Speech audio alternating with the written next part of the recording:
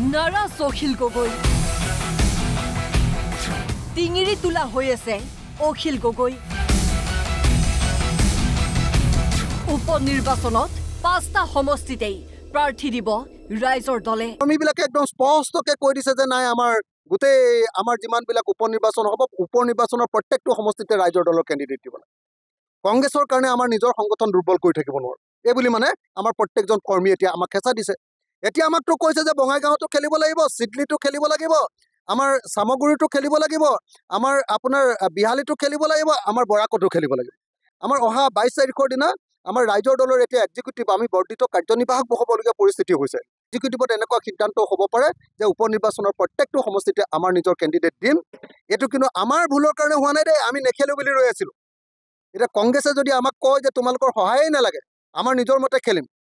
তেতিয়াহ'লেতো আমাৰ সংগঠন কংগ্ৰেছৰ কাৰণে কিয় সদায় বেয়া কৰি থাকিম তেতিয়া আমি উপনিৰ্বাচন হ'বলগীয়া ৫টা সমষ্টিতেই কংগ্ৰেছে প্ৰাৰ্থী দিবলৈ যুঁজা চলোৱাৰ লগে লগে ৰাইজৰ দলৰ সভাপতি অখিল গগৈৰ এই হুংকাৰ ইতিমধ্যে প্ৰদেশ কংগ্ৰেছৰ সভাপতি ভূপেন বৰাৰ লগত বাকযুদ্ধ চলি আছে অখিল গগৈ অখিলৰ হুংকাৰৰ পাছতেই নিমাত হৈ পৰিছে ভূপেন বৰা এই সম্পৰ্কত মোক ক'বলগীয়া একো নাই অখিল গগৈক সৈমান কৰিবলৈ বিচাৰিছে সাংসদ গৌৰৱ গগৈয়ে কংগ্ৰেছে মিত্ৰতাৰ ধৰ্ম ৰাখিব বুলি অখিল গগৈ লুৰিণজ্যোতি গগৈক আশ্বাস দি গৌৰৱ গগৈৰ মন্তব্য আমি একেলগে কেক কাটিম আলোচনা হ'ব পথ ওলাব সকলো বিৰোধীৰ লক্ষ্য এটাই মতেতো আমাক কেক কাটিব লাগে প্ৰথমে আমি সকলোৱে দলৰ নেতৃত্ব যদি মই আজি দিল্লীত গৈছোঁ নহ'লে ময়ো এটা ডাঙৰ কেক আনি এটা বাইট মই লুৰিণজ্যোতি গগৈ দিলোহেঁতেন এটা পিচ মই ভূপেন বৰা ডাঙৰীয়াক দিলোহেঁতেন এটা কেক পিচ মই অখিল গগৈ ডাঙৰীয়া CPM CPIML চবকে আমি ডাঙৰ এটা কেক লৈ আমি বাকী তাৰপিছত যি সাংগঠনিক দিশৰ লৈ যিখিনি কথা আছে সেইটো আমি পিছত পাতি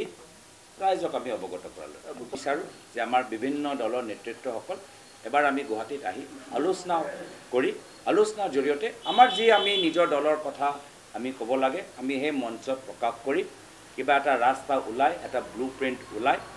লক্ষ্য এটাহে যে আহাবাৰ আমি ৰাইজৰ মাজৰ পৰাই এই ভ্ৰষ্টাচাৰী চৰকাৰ লেণ্ড মাফিয়া দৰে কাম কৰা এই চৰকাৰটো আমি আঁতৰাব লাগে মিত্ৰতাৰ ধৰ্ম ৰাখিব বুলি গৌৰৱ গগৈয়ে অখিল গগৈক পতিয়ন নিয়াবলৈ বিচাৰিলেও বিৰোধী দলপতি দেৱব্ৰত শইকীয়া পিছে সুখী নহয় অখিল গগৈক লৈ পূৰ্বেও অখিল গগৈৰ লগত বাকযুদ্ধ হৈছে দেৱব্ৰত শইকীয়াৰ চিন্তা নকৰাকৈ কথা কয় অখিলে নহ'ব তেনেকুৱা কথা অখিল গগৈ ডাঙৰীয়া বহুত কথা মানে চিন্তা নকৰাকৈ খৰকৈ কয় বুলিয়ে ক'ম মই আপোনালোকৰ লগত ইয়াতে এটা ইণ্টাৰভিউ দিছিলোঁ য'ত মই কৈছিলোঁ আজি ৰাতিপুৱা দিল্লীলৈ আহি আছিলোঁ মাৰ লগত দেখা দেখি নহ'ল মায়ে ফোনত ক'লে চব গুচি গ'লেও তই নাথাকিবি সেইটো কথা তেওঁ মোক এটা টুইষ্ট কৰি পেলাই মোক অপমান কৰিলে বহুত সেই গতিকে তেখেতে খুব ভালকৈ চিন্তা নকৰিও কেতিয়াবা মন্তব্য দিয়ে মই আৰু তাৰ বিষয়ে বিশেষ নকওঁ কিন্তু আমাৰ সভাপতি ডাঙৰীয়াই কৈছে আমি ২৬তো একেলগে খেলাৰ সম্ভাৱনা আছে সেই গতিকে বৰ্তমান সময়ৰ ভিত্তিত আগত পথ নিৰ্দেশনা যাব ইফালে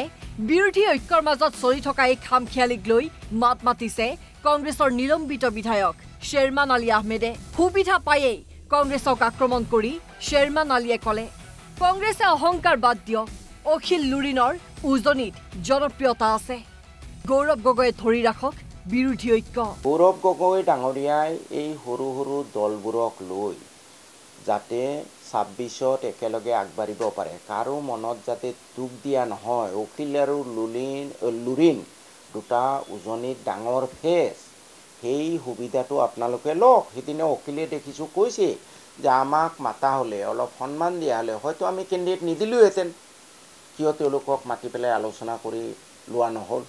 এই স্বভাৱটো কংগ্ৰেছে এৰি দিব লাগিব এই পুৰণা বেমাৰ মতগৰ্বী অহংকাৰী স্বভাৱটো কংগ্ৰেছে বাদ দিব লাগিব সন্মুখত উপনিৰ্বাচন কিন্তু এতিয়াও একলগ হ'ব পৰা নাই বিৰোধী ঐক্যমঞ্চ কংগ্ৰেছ যদি এফালে গৈছে বিৰোধী ঐক্যমঞ্চ গৈছে আনফালে কেনেকৈ সম্ভৱ হ'ব বিজেপিক ৰুধিবলৈ ঐক্যমঞ্চৰ বিভাজনে কিন্তু লাভ কৰাব বিজেপিকেই উপনিৰ্বাচনৰ পূৰ্বেই স্পষ্ট হ'ব বিৰোধী ঐক্যমঞ্চৰ ভৱিষ্যত হিমাংশু চহৰীয়াৰ সহযোগত news desk report NB news